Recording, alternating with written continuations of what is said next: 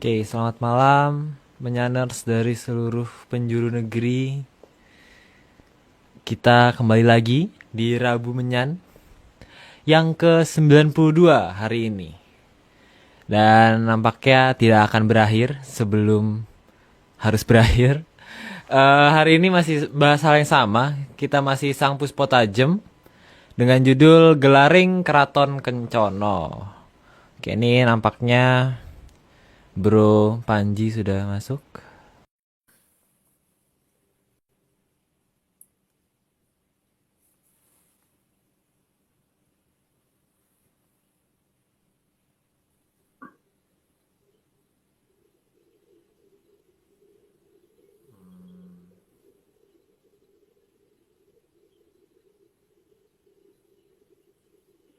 Oke, kita sambil menunggu.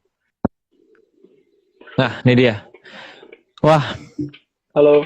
Bro Haskell, aman kah? Halo, halo. Aman ya suara? Halo. Halo. Guys. Halo, Halo. Haskell. Halo Aryo. Wih, gila nih. Keren sekali nih. Lagi di Gila. studio mana nih? Apa? Studio semi gudang. Di rumah. Nih kayaknya Romo Haskell nih suka nyanyi nih. Aduh. Suka bermusik nih. Gak Kita sekali-sekali harus denger Gak nih usah. suaranya Mas Gak Panji nih kalau lagi ini. Gak usah. Wah, ini dia. Yang kita tunggu-tunggu. Sudah datang? Sudah datang. Yeah. Selamat menang. Aduh, ketawa dulu gue. Kita harus selalu berbahagia ya guys di masa-masa seperti ini. Tetap Iya. harus jaga kesehatan biar Halo, moodnya Agung. tetap bagus. Iya. Halo bro, bro. Di aku nggak ada. Di aku nggak ada. Oh ada, Halo. baru muncul. Oke, halo Om. Bro Agung. Bro Agung. Tempatnya Arya malah munculnya terakhir ya? Kenapa? Tempatnya Arya malah munculnya terakhir. Oh, apa aku nge-lag ya? Nggak tahu. Lo aman nggak? Aku aman nggak ya? Para menyaners? Aman. Apakah Aman aman sih. ya? Aman kok. Aman. Oke. Di Baca nggak mana pakai wifi Om Agung lagi di mana lokasinya? di pegunungan. Anjay. Wah, ini emang selalu ditunggu-tunggu nih kalau kayak gini nih. Apa deket ini Om? Deket Ukraina? Oh. Deket apa? Di daerah Ukraina. Lagi rame soal panas. Aku lagi kirain udah di Eropa Om. Belum ya? Enggak. Oke, kita Serius. mungkin ada yang mau disampaikan dulu Om sebelum kita mulai atau Mbak Haskell? Bapak? Enggak ada sih. Paling mungkin beberapa Nggak ada. pengumuman yang biasanya itu aja sama Aryon. Oh iya betul. Oke. Kalau gitu aku yang nanya nih. Yang nanya.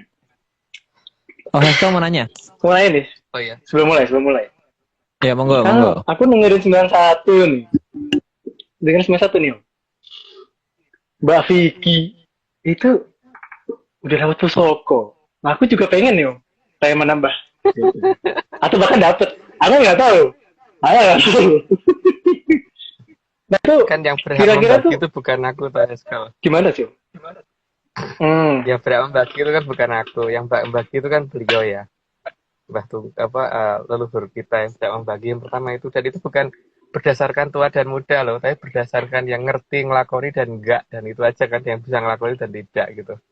Jadi itu bukan berdasarkan umur di situ bentukannya. Bisa aja mungkin Hasil lebih muda, lebih mempunyai banyak daripada yang itu kan. Cuman ya karena mungkin setelah Mas Jopaya turun nggak ada ini kan, perempuan pertama yang bisa jalanin baru Mbak Vicky ya. Jadi pasti akan ada hadiah khusus dari leluhur, pasti ada itu untuk beliau. Karena Waduh, hadiahnya apa yang tuh? pertama. Boleh spoiler nggak? Aku belum tahu. Nggak. Tapi kemungkinan jadi juru Sabdowolo gitu. Sabdowolo itu berarti tukang menonaktifkan atau mengaktifkan suatu mantra. Itu dia kan hak di situ kemungkinan. Jadi Berarti, mantra yang sudah keluar, kalau dia nggak mau ya pokoknya nggak bisa nggak jalan. wah ini Tapi itu bukan aku yang apa meminta ya, Bunda bukan aku Vicky yang nih meminta. deg-degan nih kita nih ya, jadinya kita Susah. ngomong-ngomongannya ya. Oke. Eh, berarti itu kan aku kalau misalnya berdasarkan umur aku jadi inget ceritanya ini Om, ceritanya Arjuno, cerita yang Permadi. Itu kan dia itu pusokonya malah, maksudnya ilmunya itu malah jauh lebih tinggi dibandingkan kakaknya ya, dibandingkan Iya, Kuntodewo atau bahkan Werkudara gitu waktu pada masa itu. iya, Heeh. Iya. Hmm, Ya sekarang kita dukung aja, semoga bisa bisa kuat dalam menjalani semua yang harus dia jalanin gitu Aryo. oh iya, semoga deh, Karena itu semoga sehat selalu. karena perempuan pertama ya, pertama loh, saya ngomong pertama, yang bisa benar-benar sampai tuntas tuh pertama. Kita Makanya tepuk tangan. kalau bisa bisa pindah tempat dengan cepat dan sebagainya, memang ya itu yang dia lakukan. Oke, Ya. Waduh, susah langsung ya. aja. Oke, Itu kita langsung untuk aja. diumumkan dulu. Oh ya, disclaimer seperti biasa. Teman-teman semua menyanes dari seluruh penjuru negeri, dari seluruh penjuru galaksi. Eh ini disclaimer yang akan saya bacakan setiap harinya, setiap Rabunya maksudnya. Tim Atlantis Research Center atau ARC tidak pernah menjual jasa untuk berkomunikasi ataupun bertemu dengan para leluhur dalam bentuk ritual apapun. Waspada terhadap oknum yang mengatasnamakan tim ARC dan tim-tim dari dalam ARC-nya, termasuk dari ada Om Agung, ada Haskell, bahkan Mbak Vicky nih yang lagi naik daun nih, yang lagi lagi apa ya? Ya lagi disenengi lah sama leluhur ya, apalagi dia baru dapet ini. Nah itu jangan sampai ada orang yang mengatasnamakan mereka atau mengatasnamakan kita di sini untuk melakukan hal yang ya tidak baik. Nah, untuk informasi resmi, untuk sekarang itu hubungi via DM Vicky Ananda. Nah, itu udah jadi kalau misalnya mau nanya, langsung aja ke Mbak Vicky Ananda. Kan kemarin udah ada live-nya tuh. Jadi bisa langsung di chat aja, di DM aja. Via FAFIKKY Vicky Ananda. Nah, itu bisa langsung di DM ke sana, di follow, di like semua fotonya biar dibalasnya cepet gitu. Oke. Oke, kalau gitu kita langsung mulai aja nih Om. Kita ada keren angkanya 111. Oke, udah. Ayo Aryo diganti slide-nya. Oke. 001.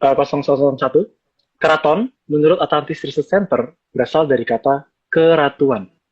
Dari istilah tersebut sangat jelas jika keraton. Halo? putus-putus ya sekarang suaranya, kayak robot. Oke, keraton menurut Atlantis Research Center berasal dari kata keratuan. Dari istilah tersebut sangat jelas jika keraton atau keratuan sangat meninggikan derajat perempuan. Enggak, suaranya hilang-hilang ya sekarang. Coba Aryo digantikan dulu. Oke, sebentar. Ya. Keraton menurut Atlantis Research Center berasal dari kata keratuan. Dari istilah tersebut sangat jelas jika keraton atau keratuan seharusnya sangat meninggikan derajat perempuan. Udah jelas ya dari nama keratuan kan. Jadi jelas ya, ratu itu bukan laki-laki gitu. Jadi yang ditinggikan di situ adalah perempuan. Gitu. Oke, lanjut ayo. Yang kedua, dalam sastra kuno kita mengenal penguasa Eko Pratolo adalah Sang Hyang Betari Pertiwi. Hal ini menunjukkan betapa besar penghargaan leluhur terhadap derajat perempuan. Sangat jelas ya bahwa di negara kita seperti itu gitu loh. Jadi kalau itu terbalik ya nggak tahu itu dari mana gitu kan. Lanjut. Oke, Haskell, amankah sinyalnya? Tes. Halo, Bagus, silakan sudah. Kel. Yang ketiga Kel. Ketiga, udah jelas ya. Bahkan Dalam permainan catur yang diakui secara internasional, posisi permaisuri yang malah disebut sebagai ster atau menteri yang merupakan kekuatan utama dalam permainan catur. Iya, bukan rajanya kan? Padahal itu kan kalau di kita itu bukan menteri, karena menterinya itu bukan itu harusnya. Karena menteri itu agak jauh dari raja harusnya. Jadi itu artinya permaisuri kan. Tapi nggak tahu kok Kalau istilahnya berubah ya nggak tahu. Hmm? setahuku menteri itu yang ini, yang bentuknya kayak ini loh. Ini aku kira menteri yang ini. Itu Yang mereka miring. ngomongnya gajah. Sekarang dikatakan itu gajah, padahal nggak mirip gajah sama sekali ya. Kalau Aku di nggak aku juga, tahu sih. di aku, di aku juga itu ngomongnya menteri yang itu sih Aryo. Gitu. Oke, lanjut. Oke, Oke, silahkan. lanjut ya. 4. Juga pusat pemerintahan, baik di daerah maupun di pusat, pasti akan dikatakan sebagai ibu kota, bukan bapak kota. Ayo tuh. Itu demikian hingga penghargaan kita terhadap perempuan loh ya. Jadi tidak ada nama bapak kota. Yang ada ibu kota. Lanjut, Aryo. Sekarang. Oke. 5. Di ibu kota negara pasti ada pusat pemerintahan dan jalannya roda pemerintahan akan dipusatkan di istana negara. Ya, nggak perlu dikomentari. Lanjut aja deh. Oke. 6. Dalam membangun sebuah istana, ada beberapa aturan dan tata letak yang sudah diberikan pakemnya oleh para leluhur. Pakem itu banyak ya. Di sini ada tapi di bawahnya ada tulisannya nggak ya? Yes, oh Ada. ada. Ya udah, bawa terus aja lanjut. Oke. Pakem yang diberikan leluhur berdasarkan beberapa pertimbangan. Di antaranya adalah 1. Faktor tempat turunnya anugerah. 2. Faktor pertahanan. 3. Faktor keamanan dari bencana. 4. Faktor kesuburan tanah, kebersihan, serta kemurnian aliran airnya. Dan yang terakhir, faktor kejadian yang akan terjadi di masa depan. Faktor yang kejadian yang terjadi di masa depan mungkin akan kita buka di 94 ya. 93 nanti ya. Mungkin sebagian Minggu depan. 94. Minggu depan kan minggu depannya lagi mungkin. Ya lanjut. Oke. 8. Faktor pertama yang biasa digunakan untuk pakem keraton adalah keberadaan lemah pepundung. Ya, pertama kan biasanya keraton itu menempati daerah yang ada bekas lemah pepundung gitu. Lemah pepundung seperti itu. Oke, lanjut aja. 9. Selain itu, juga sering dikatakan sebagai tempat kekipuning merak atau tempat mandi tanah bagi burung merak. Ya, tempat kaki kuning merak itu lemah pundung, kaki kuning merak, dan satu lagi apa itu, coba lanjut. Oke. 10. Juga ada tempat yang dikatakan sebagai tempat pagupakaning warak. Itu artinya sebagai tempat berkubangnya warak. Ya, tapi sayangnya warak itu sekarang hewannya mungkin sudah nggak ada di kita ya. Walaupun di sana masih ada, tapi di kita sudah nggak ada saat ini. Lanjut. Oke. 11. Warak adalah salah satu jenis hewan yang saat ini mungkin sudah sangat susah ditemukan di peradaban kita. Warak ini merupakan titihan dari Sang Hyang Bathara Antigo. Kendaraan, titian itu artinya kendaraan yang dinaiki beliau. Lanjut. Maka, acara yang sering digelar adalah perayaan Warak Ngendok di kota Semarang. Ya itu ada di kota Semarang, karena kan Bentoro Antigo itu kan perlambangnya adalah telur. Makanya dikatakan warak endok, si warak bawa endok gitu kan. Lanjut. Oh, wow. 13. Selain itu, ada pakem bahwa keraton harus ngayonakan Bandaran Agung atau menghadap ke arah pelabuhan. Jadi bukan menghadap ke pegunungan ya seharusnya. Seharusnya menghadap ke pelabuhan. Karena itu juga ada di dalam pakem, itu ada di beberapa serat di pakem pedalangan ada itu. Ngayonakan Bandar Ageng mengkerahkan wukir gitu. Lanjut. Oke, 14. Tujuan menghadap ke arah pelabuhan adalah untuk menghormati air sebagai salah satu anugerah kehidupan, juga untuk mempermudah kegiatan transportasi. Iya, tapi ada aliran yang mereka jaga kan sebenarnya. Jadi bukan hanya masa transportasinya itu gitu loh. Transportasinya ada di kanal sebelahnya si aliran utama, tapi aliran utamanya itu aliran yang sangat dijaga. Karena aliran anugerah yang turun temurun harus dijaga.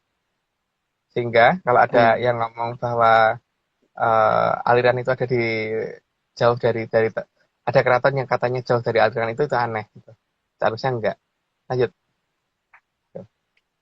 Oke. 15. Dalam Serat Pedalangan juga tertulis bahwa sebuah keraton seharusnya menggerakkan ukir atau membelakangi gunung. Ya, gunung harusnya pasti di belakang, bukan di depan. Itu ada di pakem pedalangan. Jadi kalau pakem pedalangan digunakan, maka untuk mencari situs mereka akan sangat gampang gitu loh.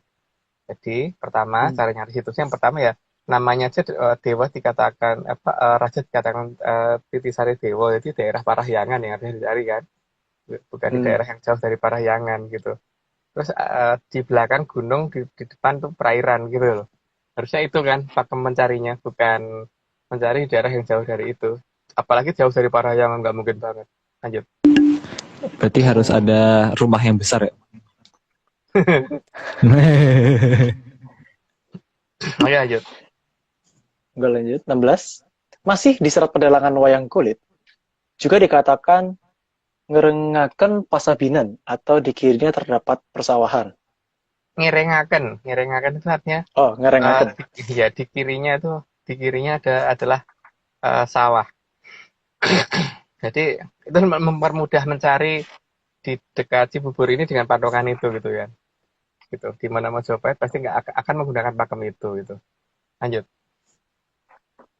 Oke.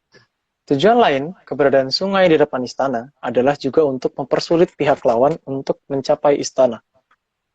Ya, karena kan minimal harus nyebrang dan nyebrang itu kalau tidak akan tidak akan secepat kalau jalan di darat, dan karena air itu cenderung kelihatan mendatar sehingga untuk bersembunyi juga susah kan. Dia akan lebih gampang. Lebih gampang pengamatannya. Lanjut. 18. Keberadaan gunung di belakang istana juga bisa untuk menambah pertahanan dari serangan arah belakang. Kan bagian belakang biasanya kurang perhatian, maka daerah itu harus ada penjagaan khusus kan. Sehingga daerah itulah yang harus dijaga dengan pegunungan yang tinggi supaya orang kalau mau nyerang keraton harus naik dulu terus baru turun. Jadi udah kayak biar kehilangan nafas dulu, kehabisan nafas dulu kan. Gitu. Lanjut. Ya. Selain itu, pihak yang akan menyerang dari belakang juga akan kelelahan dan kehabisan perbekalan sebelum sempat menyerang dari arah belakang. Nah, itu jelas banget lah. Makanya menggerakkan ukir, itu alasannya itu. Lanjut. 20. Maka gunung di bagian belakang keraton juga bisa digunakan sebagai benteng pertahanan belakang. Ya itu jelas ya, tanpa perlu komentari kayaknya udah jelas ya. Lanjut. 21. Jadi gunung seharusnya tidak berada di depan istana karena bisa menutupi pandangan dari arah depan. Maka di Serat Pedalangan dikatakan bahwa gunung berada di belakang istana. Harusnya begitu kan. Kalau gunung di arah depan kan tuh ganggu pandangan. Karena kan harus kelihatan dari kejauhan di arah depan tuh ada apa gitu loh. Ya, kalau gunungnya ditutupin berarti arah depannya nggak kelihatan ada apa-apa. Berarti kalau keratonnya udah kebalik, berarti itu harus dipertanyakan ya Om ya? Ya, terserah masyarakat lah mau bagaimana. Gitu kan Aryo. Kan itu semua tidak pernah kita ada paksaan. Oh iya betul. Benar. Oke, lanjut ya Om. Iya. 22. Karena di istana, semua kegiatan pemerintahan dilakukan. Maka letak istana harus diperhitungkan secara geologis agar terjaga dari semua potensi bencana geologi. Nenek moyang kita bukan leluhur yang asal bangun ya, jadi ngerti semuanya gitu. Wong nimbunnya aja sampai nggak bisa diketahui sampai dengan hari ini kan. Nimbun nutupinnya aja bisa sedemikian rapatnya gitu loh. Sampai membangun deko di wilayah di timur sana itu sampai nggak ketahuan gitu loh. Lanjut. Maka, istana juga harus dibangun jauh dari posisi patahan yang bisa menyebabkan bencana geologi. Ya, nggak perlu dikomentari. Lanjut. 24. Namun, pola penelitian geologi leluhur sangat jauh berbeda dengan pola penelitian geologi peradaban sekarang. Karena pada zaman dahulu, leluhur sangat tahu manakah gunung dan mana yang bukan gunung. Oh, gunungan ya. Ya, karena kalau bagi nenek moyang kita tuh tahu persis mana yang gunung beneran gunung, gunung asli, atau gunung palsu gitu loh. Dan kalau mengadakan penelitian tuh benar-benar urut dari kalau misalkan dari Jawa Barat sampai Jawa Timur tuh dari meter per meter gitu loh, diteliti bener, bukan Oh, hanya meneliti 1 meter terus terus diproyeksikan untuk 1.000 kilometer gitu loh. Makanya kan kalau kalau data geologi kita itu betul, maka seharusnya kan kita bisa melihat banyak penelitian di lapangan. Tapi kan kita nggak pernah loh lihat lihat orang sedang meneliti di lapangan. Misalkan kapan coba Eskel melihat orang lagi membawa alat geolistrik atau membawa alat mikroseismik atau alat apa di dalam selama hidupnya Eskel pernah nggak ngelihat itu gitu loh. Kalau betul-betul diadakan penelitian secara detail, secara benar, pasti Eskel pernah melihat kan. Eskel malah nggak pernah tahu tuh alat iya. geologi itu seperti apa gitu, kalau nggak tak tunjukin. Enggak tahu. Enggak Iya. tahu. Kalau nggak Artinya, ditunjukin sama aku, enggak artinya, tahu. artinya kan penelitiannya tuh meragukan gitu loh. Kalau menurut aku data yang ada di negara ini tuh layak dipertanyakan.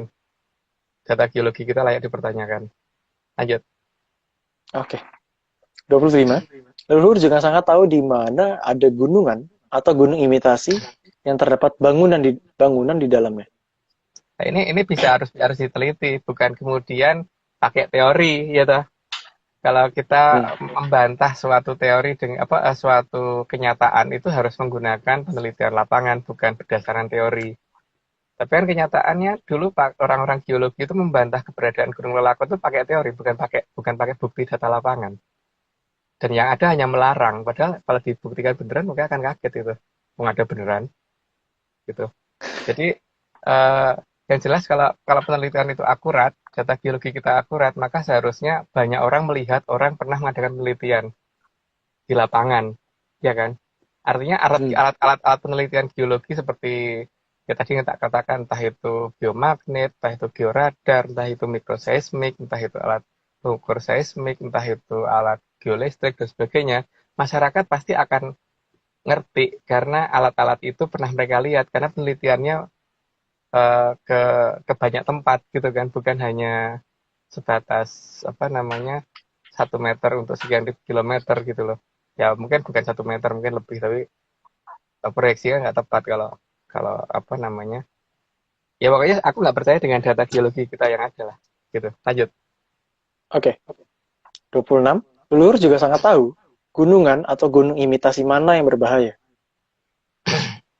Karena di dalam beberapa gunung yang dikatakan berbahaya itu memang ada sesuatu yang disembunyikan di sana dan itu bisa mengakibatkan hal yang ya nggak bagus lah.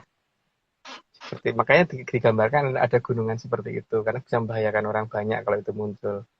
Lanjut, Jessica. 27.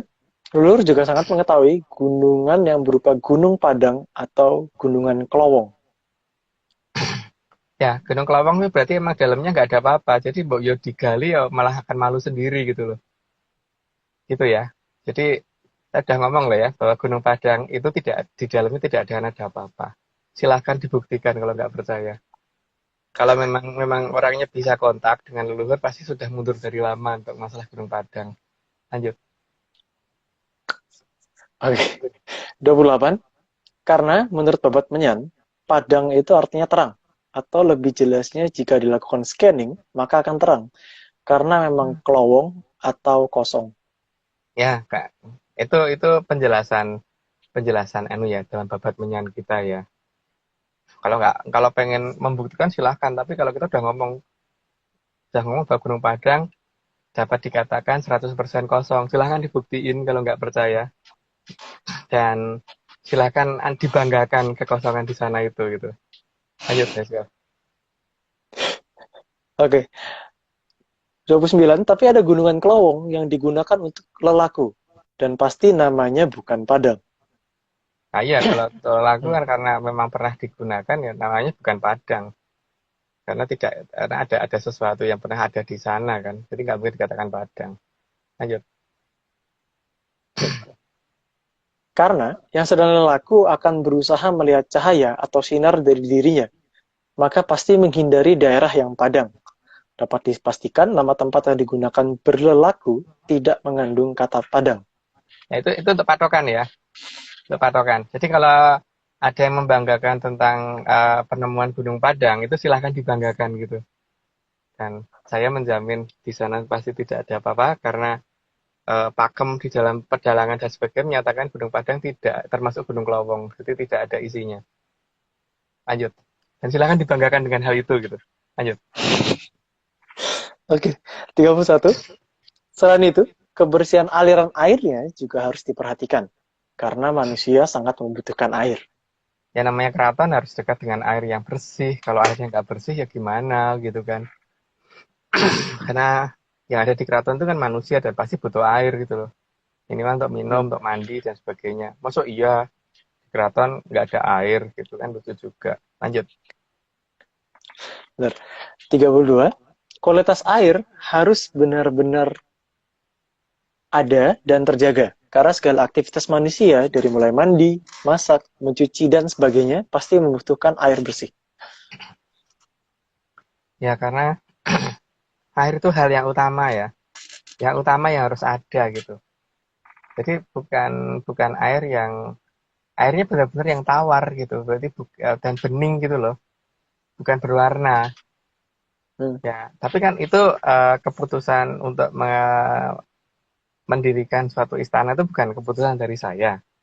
Jadi ya terserah kalau misalkan menganggap bahwa kalau airnya tidak bening pun dianggap bagus ya monggo aja.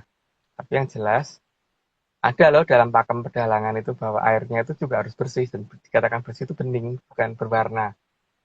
Nah, tergantung sekarang yang menginginkan untuk mendirikan keraton apakah pengen mendirikan keraton, oh mungkin airnya berwarna lebih bagus bisa aja kan.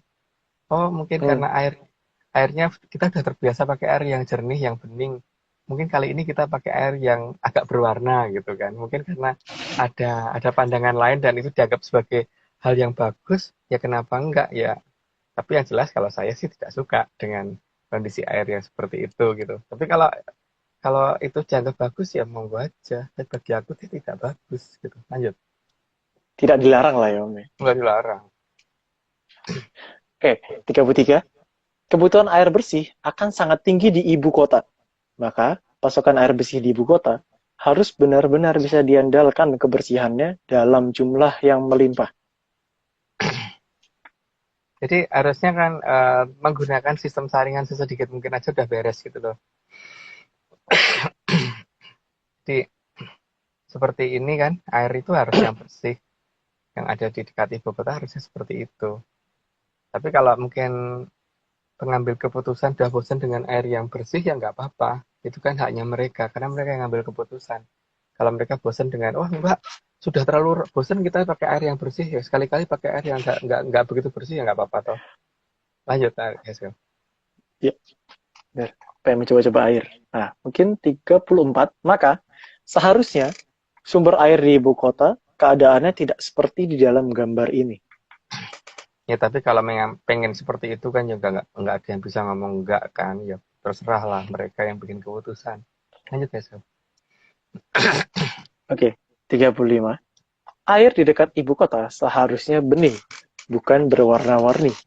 Karena kebeningan menunjukkan kualitas air yang bagus. Nah karena tapi kan itu sangat tergantung dari asumsi ya.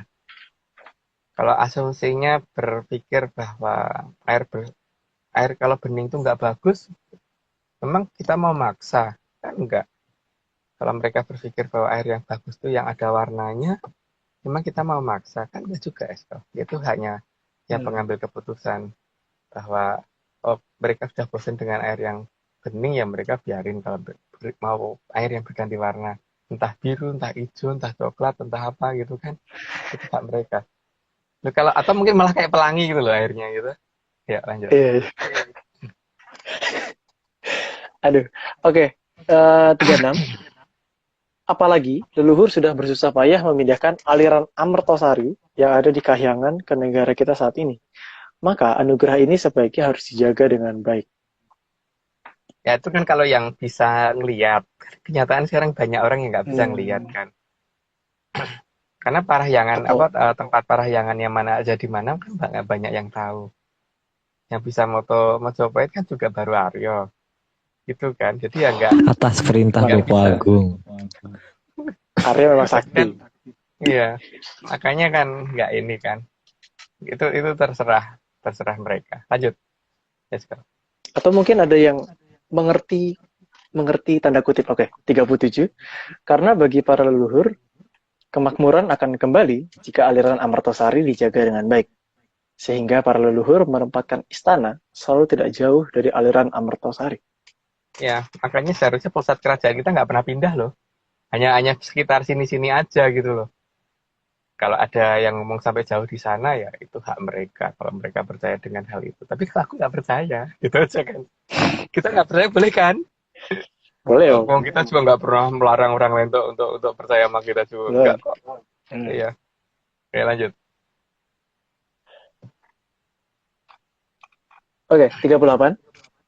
Dalam beberapa cerita kuno, aliran Amartosari ini mengarah ke utara dari selatan, bukan dari selatan ke utara lalu berbelok ke timur. Penggambaran Sungai Berantas dalam berapa kali penjelasan di banyak serat kuno itu tidak ada yang menceritakan belok ke timur. Jadi kalau ada yang belok ke timur, ya nggak tahu tuh sungai apa namanya gitu loh. Walaupun namanya Berantas, aku masih mencari itu namanya sebenarnya aslinya apa gitu. Lanjut. Oke, 39. Dalam Babat Menyan, keberadaan kerajaan Panjalu dan Jonggol-o itu dibatasi oleh aliran Amartosari. Dan posisi Panjalu ada di barat, sedangkan Jonggol-o ada di timur. Jadi Panjalu bukan berada di utara dari Jonggol-o. Ya. Jadi posisinya timur barat ya. Pembatasnya tuh timur barat bukan utara selatan gitu loh.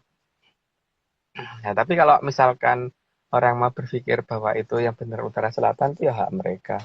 Yang penting kan kita udah nemu di mana posisinya gitu kan. Jadi nggak perlu. Kita kan juga nggak perlu mendengarkan mereka toh. Ya, Oh, kita punya ada pakem hak, sendiri. Ya, kita punya hak pakem untuk sendiri. halu. Ya, kita punya pakem sendiri dan kita nggak percaya sama sejarah resmi itu hak kita. Bagi kita sejarah resmi nggak benar. Tapi bagi orang lain benar ya itu haknya mereka. Lanjut. 40.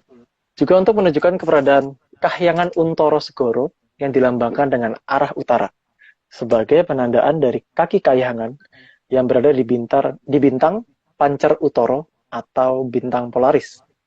Sehingga aliran yang mengarah ke kahyangannya Sang Hyang Bathara Wisnu tidak akan berbelok ke arah timur. Harusnya begitu. Tapi kan masalahnya ini tergantung dari asumsi kan. Dan asumsi itu kan terserah dari yang membaca atau yang memahami itu gitu. Tapi ya itu kan terserah masing-masing. Lanjut, let's go. Oke. 41. Selain itu, keberadaan kata selatan juga menunjukkan keberadaan sungai besar yang menghubungkan Laut Utara dan Laut Selatan. Ya, jadi di selatan Jawa itu berarti ada sesuatu. Di utara Jawa juga ada sesuatu. Maka itu ada penghubungnya. Ya, penghubungnya itu adalah Mertasari itu. Gitu. Lanjut. Oke. 42. Juga keberadaan kata kidul yang menurut Babat Menyan dari kata wadi kang dinudul yang menunjukkan ada rahasia yang harus dibuka di selatan. Oh, singkat. Ya, tapi itu nanti akan lebih detail di 93 ya. Sehingga itu juga dipakai untuk patokan kenapa Atlantis kita yakin banget ada di situ. Oke, lanjut. Oke. 43. Karena pernah menjadi aliran utama, maka kata pelabuhan seharusnya sangat melekat dengan nama Sungai Berantas atau aliran Amartosari.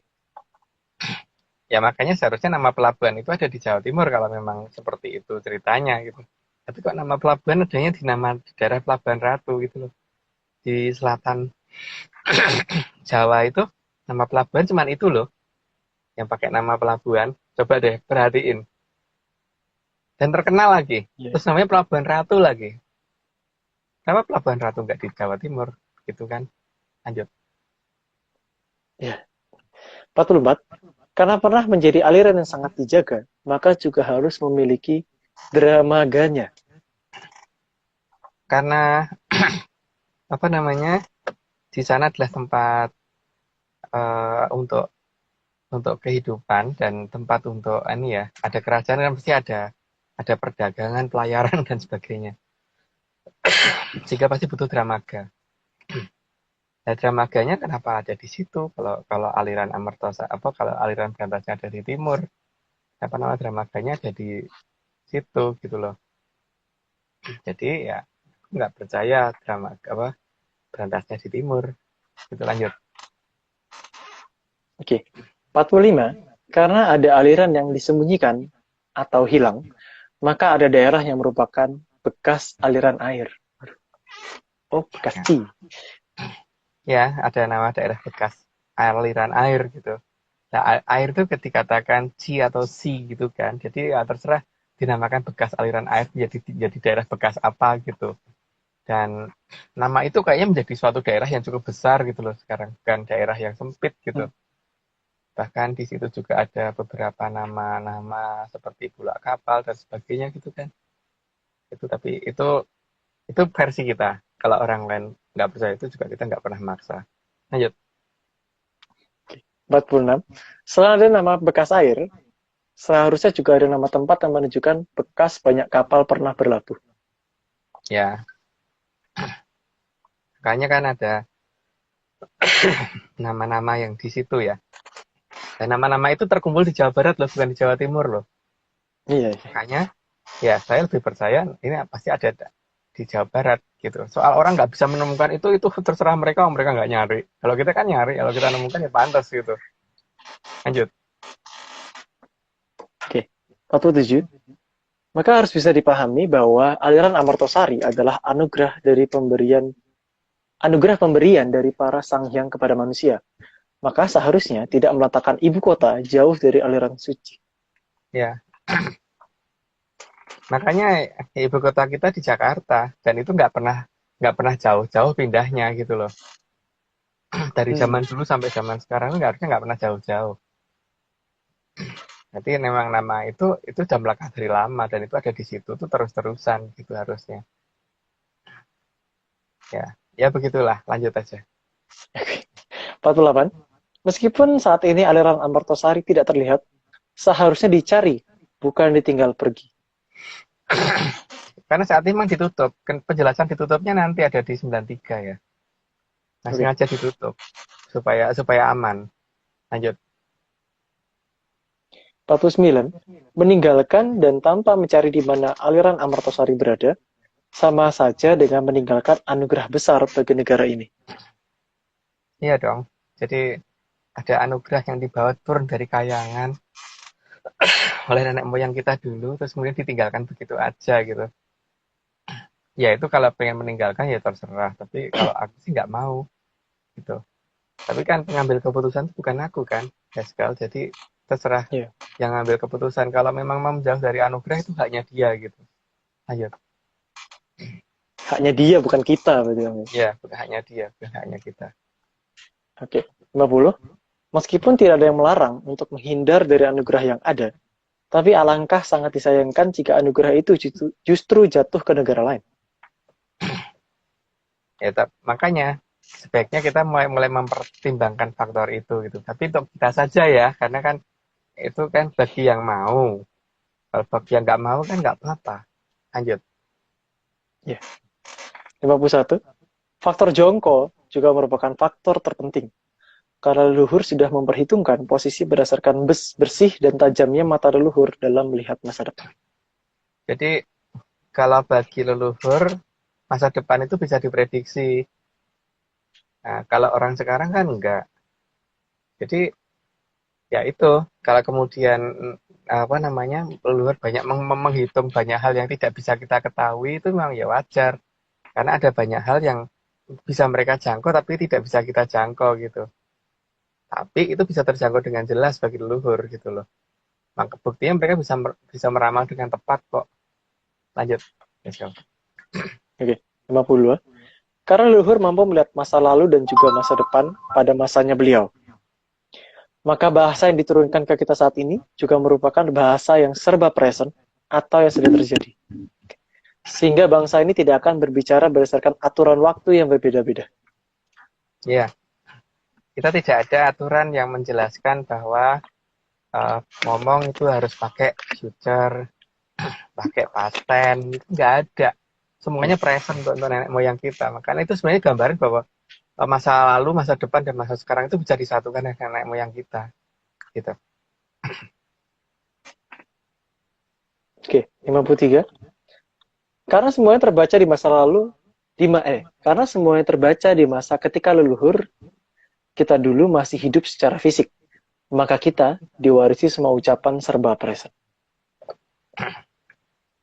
Coba aja kita sekali perhatiin cara kita bicara ini. Apa ya ada kita ngitung pakai past tense? Enggak kan? Apa kita ngomong pakai future? Enggak, semuanya present. Kita ngomong bahasa present semua. Dan itu terwarisi ke kita. Karena ke tingkat kejernihan nenek moyang kita dalam melihat masa depan itu kan. Gitu. Ayo lanjut.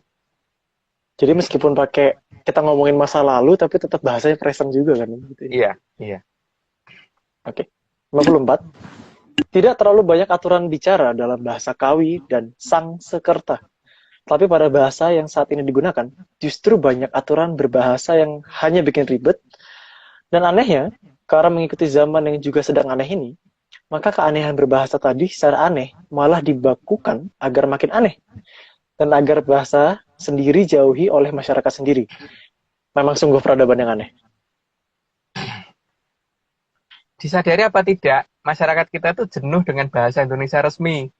Gitu loh. Termasuk aku tuh paling nggak suka dengan bahasa Indonesia resmi. Karena apa? Bosenin, nggak mutu gitu loh rasanya kalau ngomong pakai bahasa Indonesia yang resmi itu. Kalau bisa Saya malah menghindari setuju. itu gitu loh. Aku kalau bisa menghindari itu gitu loh. Karena apa pembakuannya nggak mutu, bener-bener nggak mutu kalau menurut aku loh. Semua bahasa Indonesia resmi itu pembakuannya bener-bener menjauhkan kita dari bahasa kita sendiri gitu. Coba Saya kalau nggak setuju. percaya muncul bahasa prokem, muncul bahasa-bahasa yang lain itu kan karena apa? Karena nggak suka dengan bahasa kita sendiri. Jadi kalau pemerintah memaksakan seperti itu, ya coba aja. Yang ada akan ditinggalkan oleh masyarakat kita sendiri bahasa kita kalau seperti itu. Karena apa? Orang mutu, orang mutu benar.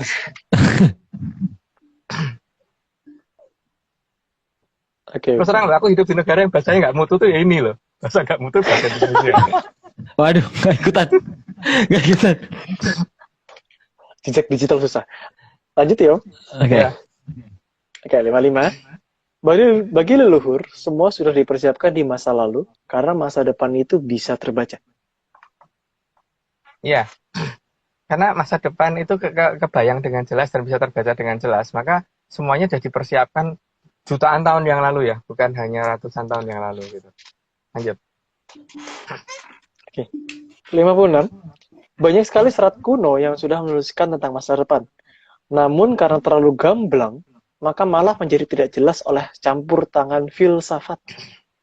Iya. Di sini banyak hal aturan-aturan dan penggambaran yang dijelaskan leluhur itu hilang karena filsafat ya. Makanya kalau pengen belajar tradisi Jawa itu jangan belajar filsafatnya dulu. Tidak nyasar. Karena jauh banget akhirnya. Lanjut. Karena belum tentu harus diartikan kan namanya. Iya, tentu harus diartikan. 57. Termasuk keberadaan jamur yang akan membahayakan juga sudah tertulis dalam serat Jongko. Ya, itu tetap akan keluar karena sudah ada dalam Jongko yang di sama leluhur kita kan tentang jamur tipo itu tetap akan muncul. Tapi yang jelas harusnya nggak lama ya. Walaupun alasannya sekarang walaupun seolah-olah ditarik kayak atau apa pasukannya itu di Rusia, tetap aja lihat aja nggak. Waduh, sebut nama. Tapi beritanya emang semakin memanas ya Om itu. Ya kita kan tapi jamur tuh di sayur enak loh Aryo. Oh iya benar. Iya, digoreng enak juga. Setuju sih Om itu. Aduh. Tapi katanya memang serangannya katanya hari ini Om, pas IG Live mungkin. Jadi kita nggak tahu beritanya. Mungkin kita lanjut. Ya, oke, Belum, boleh belum. 58. Belum, Belum. karena 58. tempatnya petilasanya Mbak Tunggul kan belum selesai. Nggak mungkin lah. Oh, Oh, Ya, lanjut. oke. Om. oke, next.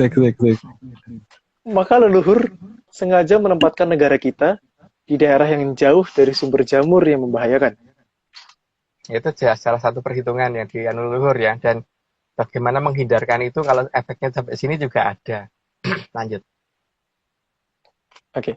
Bahkan, kumpulan jamur yang berbahaya tersebut berhasil dipetakan oleh leluhur kita dari waktu yang sangat lama. Ya, sehingga dicari tempat yang paling aman dan jauh dari itu gitu kan. Lanjut. 60. Terutama leluhur menjauhkan posisi kerajaan dari jamur yang berwarna kuning semu orange. Karena itu membuat orang tidak enak gitu loh. Itu di sayur juga gak enak gitu loh masalahnya. Bikin gak enak badan ya, Om ya? Oh, Ya bikin gak enak badan. Oh. Katanya banyak orang begitu gitu loh. Karena itu kurang bergizi atau tidak bergizi gitu loh. Oh, kirain tiba-tiba tangannya 3. Oke lanjut. Oke, lanjut. apalagi kalau kumpulan jamur kuningnya ada sangat banyak, maka pasti akan dihindari oleh leluhur kita. Iya. Maka sudah diprediksi bahwa posisi tempat di mana jamur itu akan muncul dan sebelum diternakkannya di mana itu kok diternakan apa sih namanya Dibudidayakan. Budidaya. dibudidayakannya di mana itu pasti sudah diperhitungkan dengan cermat sama nenek moyang kita gitu. Leluhur sudah memperhitungkan itu semua. Jadi kita akan ditaruh di tempat yang jauh dari tempat budidaya Oh, jamur. yang ada 6.000 jamur itu ya, Om? Oke, Oke, 62. 62. Jamur kuning semu orange yang leluhur maksud itu dinamakan jamur dipo. Itu juga ada dalam surat pedalangan ya bahwa besok akan ada munculnya itu gitu ada. Oke, lanjut. Tapi yang pakem kan Om ya? Yang pakem, kalau nggak pakem ya enggak. Ya. Oke. 63. Bagi leluhur, jamur dipo itu merambatnya sangat cepat dan sangat mematikan. Ya, jamur biasanya memang merambatnya lumayan cepat ya, seperti panu sebagainya itu kan juga jamur. Iya, wah, kan.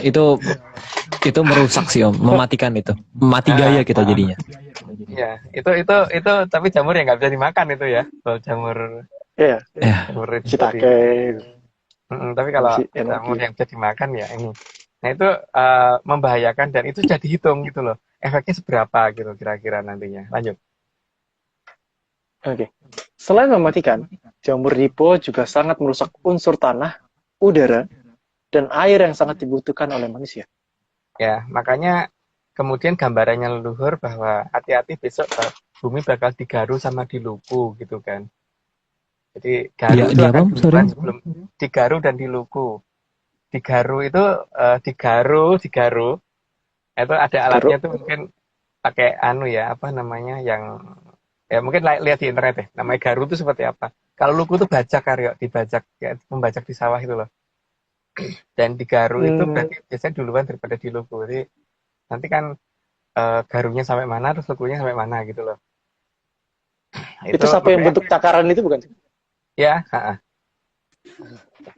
itu yang namanya garu ya. Makanya sampai menggambarkan ketika jamur dipo keluar itu akan ada yang namanya cerita bahwa nanti bumi akan digaru dan diluku gitu. Lanjut. Oke. 65. Maka leluhur menutup aliran Amartosari agar aliran Amartosari tidak terkotori oleh efek dari jamur dipo. Ya itu mah harus ditutup dulu supaya efeknya nggak merusak itu gitu kan. Oh ternyata tidak dijelaskan di 93 tapi sudah ada di sini ya. Tapi ya udah berarti nggak perlu dijelaskan di 93. Lanjut. Oke. 66. Bagi para leluhur, meskipun munculnya jamur dipo sangat jauh dari Nuswantara, tapi leluhur sangat paham seberapa besar efek dari munculnya jamur dipo itu.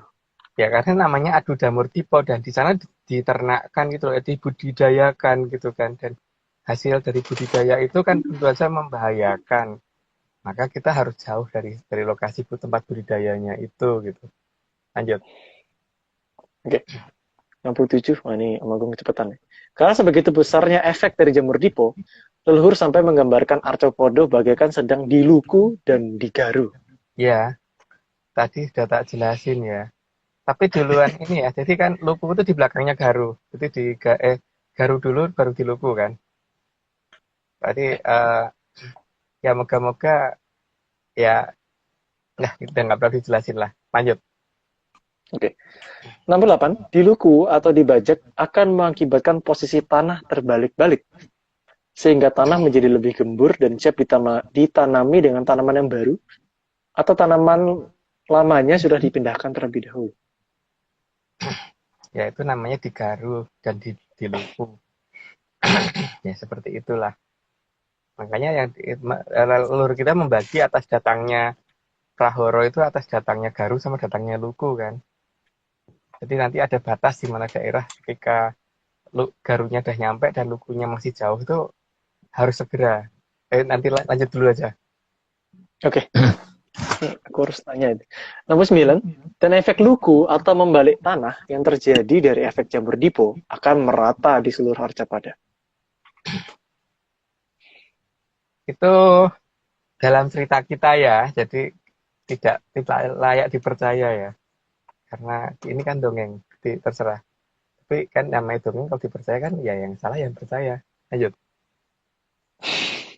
70. Sedangkan garu adalah alat yang digunakan untuk mengolah tanah pertanian. Ukurannya lebih kecil daripada luku. Ya, karena garu itu biasanya untuk daerah yang lebih sempit ya, lebih kecil.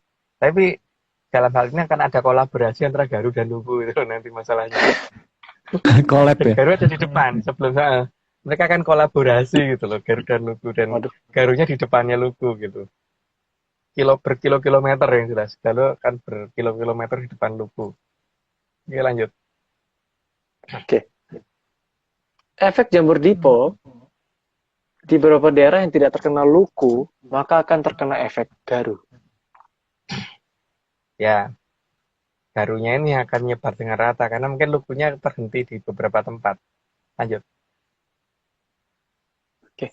72. Yang harus dipahami, penggaruan dan pelukuan arthropoda ini terjadi bukan karena Kidura Sabdopalon yang bertindak, tapi lebih karena tindakan manusia sendiri. Tindakan Sukerto kayaknya. Ya karena bagi dewa itu kan, dewa itu senangnya bukan menghukum. Jadi bagaimana supaya manusia itu bisa hidup dengan senang. Jadi bukannya kemudian sedikit-sedikit menghukum, salah sedikit masuk tempat sampah dan sebagainya, itu enggak.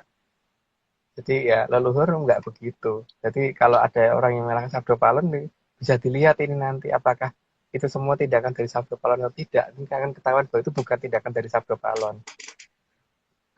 Adapun efek dari yang terjadi adalah mirip dengan yang dikatakan Sabdopalon gitu loh. Jadi ini peringatan kan, bukan pada pengen menghabisi orang gitu loh. Lanjut. Jadi leluhur tuh lebih suka memberi lah ya Om, daripada menghukum gitu. Iya, enggak ada. Beliau lebih suka untuk mencari kebenaran, bukan mencari kesalahan kok. Makanya kita dilarang untuk mencari-cari kesalahan orang, karena yang kita cari adalah kebenarannya bukan kesalahannya. Oke, lanjut. Oke. 73. Jamur dipo muncul karena tindakan para Sukerto. Jadi jangan salahkan kadewatan atas munculnya peristiwa tersebut. Ya, kalau sampai bumi digaru dan diluku, itu yang membuat keluarnya garu dan luku. Aduh, agak batuk saya. Keluarnya garu dan luku itu kan bukan manusia kan? Bukan dewa, tapi manusia kan? Jadi ya jangan salahkan kadewatan, jangan salahkan Sabdopalon gitu loh. Seharusnya kita bisa mengatasi itu, tapi kalau tidak bisa mengatasi kan yang salah siapa gitu loh. Kenapa meninggalkan ajaran lama gitu kan?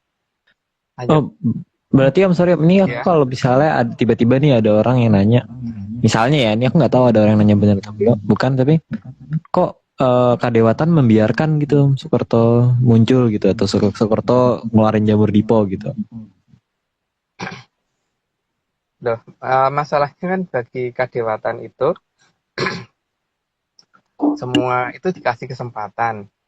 Nah, kalau sekarang apa namanya di wilayah kita ini kan di wilayah yang mayoritasnya Soekarto. Sedangkan daerah yang dikuasai oleh Atlantis dan Lemuria dan Mojopahit dan sebagainya itu kan mereka menutup supaya nggak tercemar oleh poros Soekarto. Nah, sekarang kalau ketika Soekarto mau menghabisi diri mereka sendiri beserta teman-temannya, kenapa harus dilarang, Aryo? Gitu loh. Oke. Kan itu haknya mereka toh. Kalau haknya mereka untuk menghabisi mereka sendiri, memang itu mereka nggak punya hak. Ya punya toh. Punya, mereka pengen celaka kok nggak boleh. Benar. Mereka minta ya. Mereka minta untuk celaka. Dan kita juga sebagai ya manusia yang menghindari itu malah boleh meminta kepada leluhur ya malah atau Iya. kadewatan gitu. Ya kalau kita kan meminta supaya kita nggak terkena efek itu toh. Tapi mereka yang pengen terkena efek itu memang Aryo boleh melarang. Oh Kalau iya mereka ya. bercita-cita untuk celaka, memang Aryo boleh melarang. Ayo kasihan sih Om, aku Enggak lah. kayaknya membiarkan mereka deh. Ya kasihan lah kalau misalkan mereka pengen celaka kok nggak boleh. Iya benar. Cita-citanya kita pupuskan. Ya kita dukung gitu. Iya. Oke, silakan lanjut kita lanjut. Oke, 74 ya. Para leluhur sudah sangat memperhitungkan kejadian munculnya jamur Dipo itu sangat jauh hari. Sebelum manusia sadar apa yang dimaksud dengan jamur Dipo. Itu sangat jauh sekali itu dari zaman apa? Dari zaman-zaman kalau Puraboro ke bawah itu sudah diperhitungkan. Jadi atau malah zaman kerajaan Keleng itu sudah menghitung adanya itu loh. Ketika Sang Prabu Radite yang pertama kali jadi Mahaprabu di kerajaan Keleng, itu sudah menghitung itu semua. Jadi Oh ya, itu Zaman kalau Oh. pertama ya. Moho Iya. Prabu Moho Ratu Radite ya Om ya? Ratu atau Prabu ya? Prabu. Moho Prabu Radite itu berarti itu benar-benar raja pertama kan? Om? Iya, versi saya ya. Oh ya, Bukan versi kita, Nah, versi Atlantis. iya. Oke, lanjut. Oh, oke kita lanjut. 75. Semua penglihatan leluhur ke masa depan itu karena ketajaman penglihatan dan kemampuan memahami perputaran alam raya yang sangat detail. Jadi beda dengan zaman sekarang. Kalau sekarang katakan melihat masa depan tuh nggak mungkin gitu. Ada yang ngomong begitu misalkan. Ya itu hak mereka karena mereka memang mereka nggak bisa. Tapi kan kita boleh dong percaya dengan leluhur kita memang hebat bener bisa ngelihat masa depan gitu. Oke, lanjut. Leluhur suka main ke saham kayaknya nih. Oke kita lanjut. Iya boleh. Dan kasarannya hak Kenapa? mereka untuk celaka nggak boleh memaksa kita yang pengen selamat gitu kan Om ya. Kalau Iya. pengen selamat ya pengen selamat gitu. Oke. 76. Hal itu membuat para leluhur bisa mengatakan akan ada bedil muni ngadulogo ono ing Surabaya dan sangat paham di mana letak Surabaya. Maka negara dibangun sangat jauh dari lokasi peristiwa bedil muni ngadulogo. Kan untuk melakukan itu pun sudah ada tes pertama sama tes kedua gitu kan. Makanya ada Perang Dunia 1 dan Perang Dunia 2 gitu kan. Dan jamur Dipo di Perang Dunia 2 kan dilakukan agak dekat itu efeknya seberapa gitu dulu kan.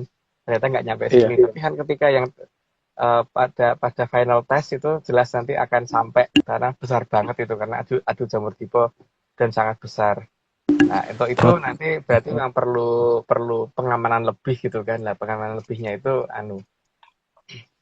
sudah dipersiapkan beliau dari jauh-jauh hari gitu. Itu dijelasin di episode sebelumnya ya Om kayaknya Om. Itu udah pernah jelasin. Iya. Ya. Jadi kita sama nih tahu Perang Dunia pertama itu alpha test, Perang Dunia kedua itu beta test. Iya. Baru launching gitu ya. Oh, oke. Oke, kita lanjut. Boleh? Monggo lanjut ya. 77. Leluhur juga sangat paham bahwa keberadaan pegunungan Ural di dekat Surabaya akan membuat efek luku dari jamur Dipo bisa berkurang. Karena dirasa masih cukup besar efeknya, maka negara tidak dibuat berdekatan dengan pegunungan Ural. Karena pegunungan itu kalau daerahnya tinggi kan berarti efek dari jamur tiba juga akan berkurang karena itu kan kesaring itu juga gitu loh. Tapi masih tetap karena jamur tiponya besar dan banyak, jadi pegunungan Ural jelas tidak bisa menghambat itu semua gitu. Makanya kita dibikin jauh dari sana. Lanjut. Tetap mengantisipasi. 78. Selain itu, para leluhur juga menggunakan pegunungan Himalaya sebagai tameng utama efek jamur dipo dari arah utara. Arah utara agak barat kali ya. Pegunungan yang besar di sana itu untuk tameng di negara kita. Maka jelas posisinya bukan di sebelah utara tamengnya, tapi di sebelah selatannya. Karena kan masalah akan timbul dari utara tameng gitu kan. Gitu, lanjut. Dan itu pun tamengnya sangat jauh sekali. Ya, Oke. 79. Leluhur sangat sadar dan sangat paham bahwa di pegunungan Himalaya terdapat pegunungan yang cukup besar dan terdapat puncak gunung yang tertinggi di dunia. dan udara di puncaknya tuh pasti dingin banget kan, sehingga paling tidak bisa mengurangi efek panasnya si jamur tipe gitu ya. Jadi ada tameng yang sudah dihitung sama leluhur, oh di sana bencana akan datang dari sana, jadi harus dihambat dengan apa gitu kan. Dan di sana sudah ada itu, oh berarti negara yang dipilih dan negara mana gitu. Lanjut. Oke. 81. Selain itu, para leluhur juga sangat paham bahwa efek dari jamur dipo akan menghasilkan suhu yang sangat tinggi. Maka para Sukorto yang berbahaya diletakkan di daerah yang bersuhu dingin. Ya, Pak, paling tidak itu suhu akan mengurangi efek dari semuanya kan, paling tidak. Maka ketika mereka karena sudah merasa hebat, karena sudah bisa membudidayakan jamur tadi, ya pada saat mereka adu jamur tipe kan ketika di daerah yang dingin itu akan berkurang kan, paling tidak efeknya. Walaupun juga cukup masih besar dan masih bisa melebar gitu. Lanjut. Oke. Mana tadi? 81 ya? 81 ya? 82. Oh, 82, sorry. 82, suhu cukup dingin yang seharusnya bisa mendinginkan manusia. Justru bisa sebaliknya bagi para Sukorto. Kondisi itu justru akan sangat membuat mereka sibuk berebut pengaruh. Kalau perlu dengan pertengkaran yang cukup hebat. Waduh. Ya, kalau perlu dengan berantem, dengan ini ya, berdiri mending adu logo itulah. Paling tidak. Lanjut. Dengan aliansi juga. 83, leluhur juga sangat memahami bahwa jamur dipo juga akan merambat memutari bumi dengan efek yang sangat tidak baik bagi kehidupan. Maka faktor suhu juga dijadikan benteng dalam menentukan posisi keraton oleh para leluhur di masa lalu. Ya, itu tadi sudah dibicarakan kan, dilanjut aja. Oke, 84. Maka Antartika digunakan sebagai benteng es dari arah selatan oleh para leluhur. Agar minimal, suhu sudah turun saat jamur dipo merembet dari arah selatan. Selain sudah turun, juga efek kejutnya harusnya sudah mulai berkurang banyak gitu loh. Karena di daerah yang dingin itu kan udaranya lebih padat. Sehingga tingkat perambatan juga akan berkurang kecepatannya. Lanjut. Tapi dengan global warming itu apakah tetap mengurangi itu ya? Masih jauh lah. Masih Jauh jauh. lah. Masih ini. Belum sampai menghilangkan Antartika. Oh, aman berarti. Coba 85. Apalagi Antartika sendiri dikatakan oleh beberapa pelaut Eropa zaman dulu sebagai dinding es yang sangat tinggi dan sangat dingin. Berarti kan bener kan pertimbangannya beliau bahwa milih negara itu di sini gitu. Lanjut. 86. Dalam perhitungan leluhur, suhu dari merembetnya jamur dipo, baik dari utara maupun selatan, seharusnya bisa turun suhunya secara ekstrim. Dan efek kejutnya juga seharusnya berkurang, karena terhalang tingginya pegunungan Himalaya dan tingginya pegunungan es di Antartika. Dari utara agak barat dari pegunungan Himalaya dan dari selatan Antartika itu yang menghambat. Tapi ada yang lain lagi. Lanjut. Oke, 87. Sementara dari arah barat, leluhur juga sudah menghitung keberadaan benua Eropa dan menggunakan deretan pegunungan di Afrika untuk meredam efek jamur dipo dari arah barat agar tidak terlalu parah terhadap posisi negara kita? Makanya di Afrika pegunungannya rata-rata ada di barat. Kok di barat? Di timur, ding, di timurnya ya. Yang menghadap ke arah posisi negara kita. Lanjut. Oh, oke. Nomor 8, keberadaan lempeng tektonik juga menjadi perhatian leluhur. Karena bagi leluhur, apabila efek jamur dipo muncul, agar tanah bisa digeser menjauh dari bahaya yang cukup besar. Meskipun akan terkena efek, tapi tidak terlalu besar seperti efek di Luku. Tapi tetap akan terkena efek Garu. Jadi Pulau Jawa ini sudah diperhitungkan nanti kalau ada apa-apa akan digeser ke selatan. Itu ya. Menggesernya bagaimana itu ceritanya ada di 93. Apa agak shock Gak dikit sabar. denger ya. Gimana? Gak sabar. Gimana? Gak sabar. Jadi itu gak sabar 93 maksudnya. Oke, kita next. Nomor 9, maka beberapa lempeng tektonik sudah dipersiapkan oleh leluhur dengan teknologi yang dipunyai di masa lalu. Dan hal tersebut harus menguntungkan kondisi negara kita di masa Arcopodo sedang di Luku dan di Garu. Nah iya. Ya dengan demikian kan pasti Atlantis tidak tepat berada di selatan kita kan. Pasti agak ke barat dikit gitu. Karena supaya kita tidak nabrak Atlantis nantinya kalau kita digeser ke selatan. Lanjut. Oke, 90. Maka dapat dipastikan bahwa seberapapun majunya teknologi kekinian, pasti masih sangat banyak posisi lempeng yang bisa menggeser negara kita yang saat ini para ilmuwan belum bisa mendeteksinya. Ya, coba nanti kan kalau efek dari jamur tipe ini sudah muncul, nanti siapa yang benar gitu aja kan. Lanjut. Bukan ya. 91. Leluhur juga sangat memahami mata angin dan apa saja menjadi asal bahaya dalam arah mata angin tertentu. Ya, makanya menempatkan satu kerajaan itu di situ juga menjadi patokan supaya tidak bertabrakan dan sebagainya itu pada saat satu pulau harus dipindah gitu. Lanjut. Maka leluhur juga sudah dari lama memperingatkan bahwa kita dimintai mewaspadai datangnya Garu dari arah timur. Ya, makanya nanti ada yang namanya batas awu.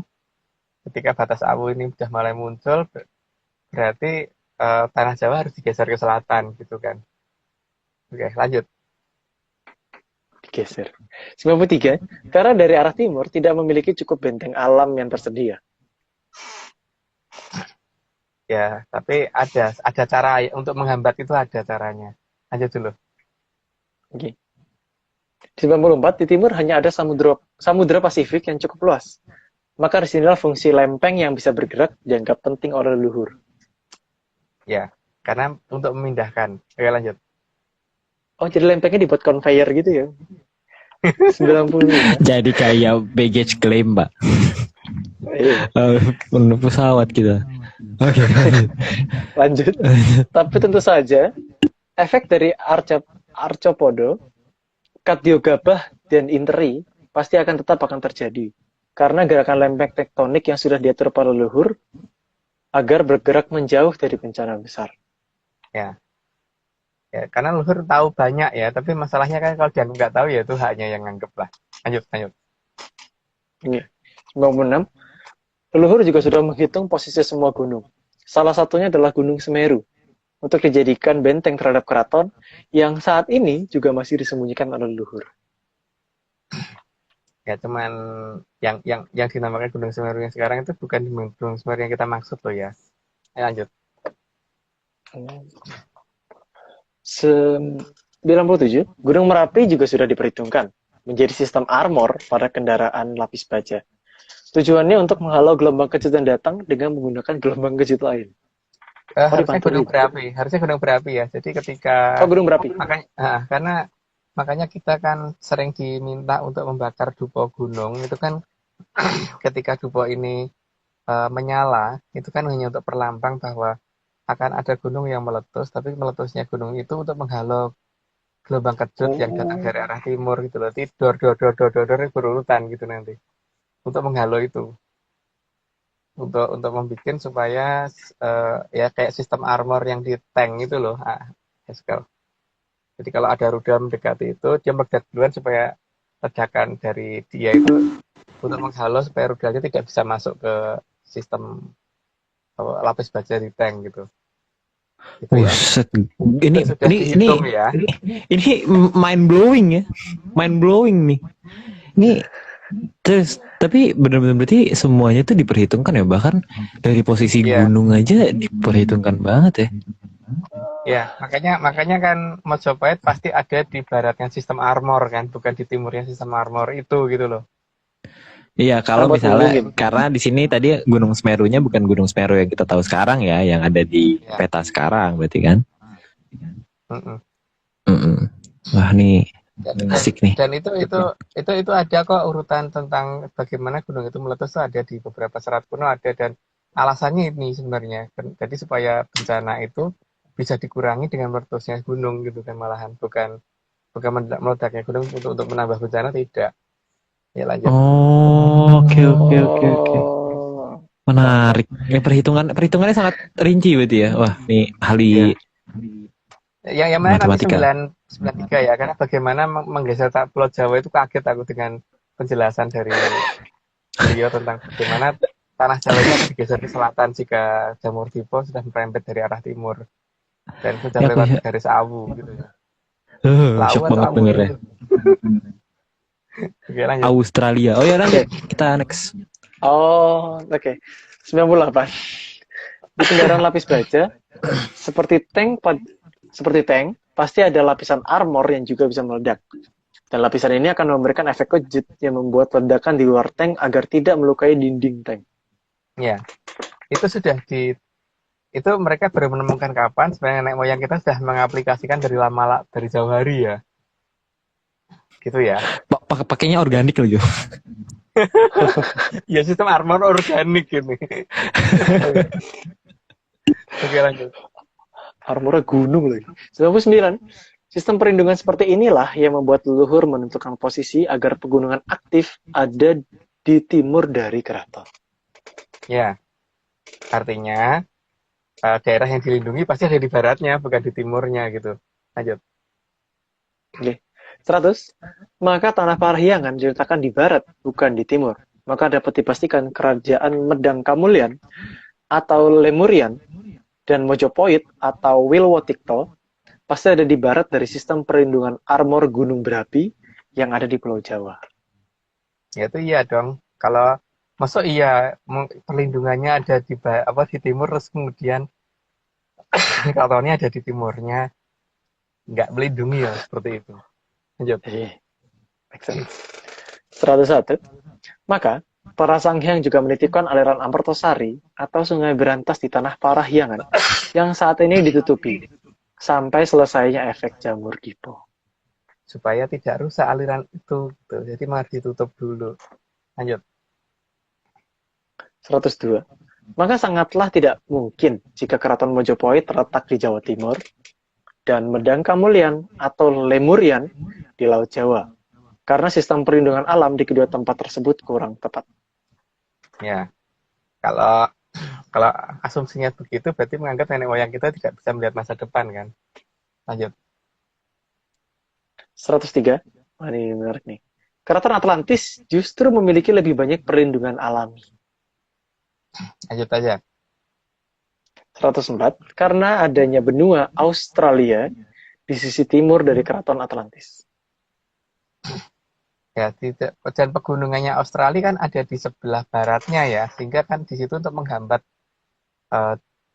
Jamur Dipo, efek dari Jamur Dipo dari arah timur kan. Makanya kita nanti akan ditaruh di situ, di selatan, di baratnya Australia. Gitu. Lanjut. Berarti ada ke bawah ya, Mi? Ya. 105. Juga ada Indonesia di timur laut dari Atlantis. Sehingga Australia dan Indonesia bisa menjadi benteng tambahan dari arah timur dan timur laut. Oh, Indonesia jadi benteng juga. Sebagian ya. Sebagian. Oke, lanjut. Oke, 106. Keberadaan dinding air setinggi lebih dari 20 km dengan ketebalan minimal 200 meter akan menjadi benteng tambahan bagi Keraton Atlantis.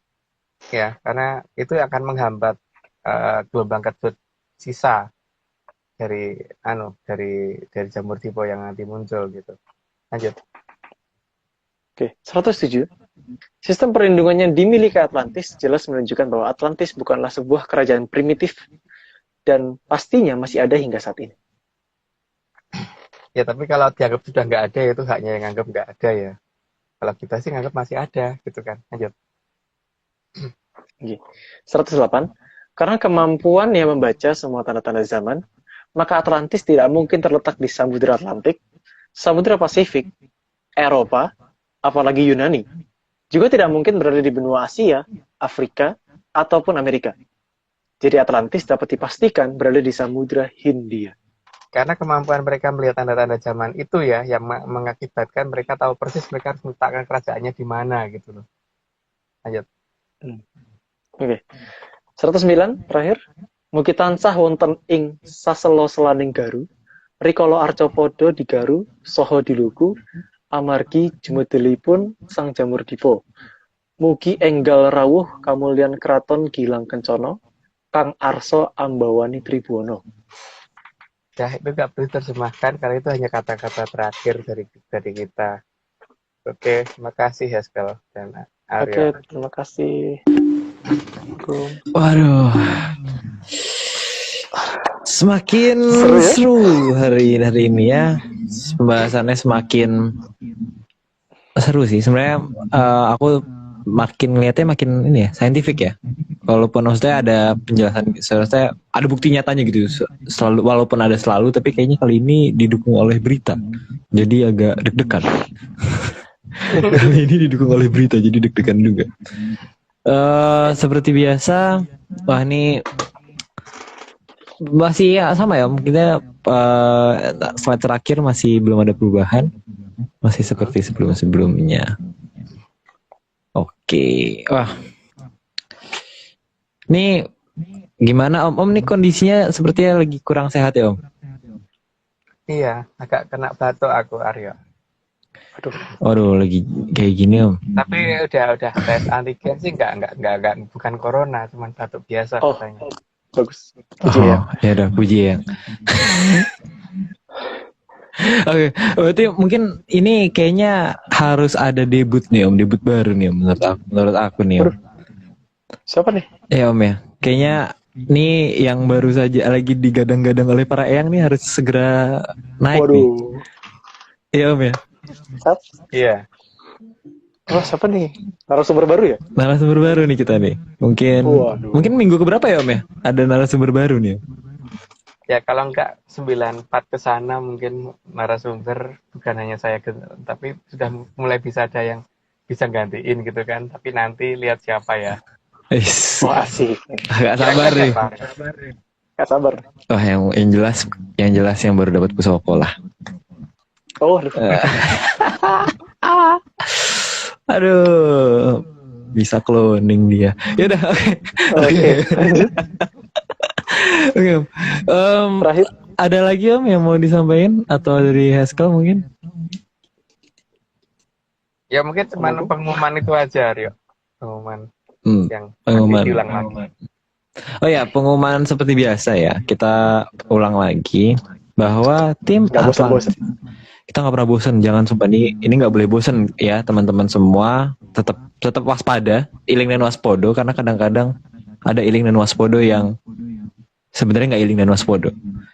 Jadi tim Atlantis Research Center atau ARC tidak pernah menjual jasa untuk berkomunikasi atau bertemu dengan para leluhur dalam bentuk ritual apapun.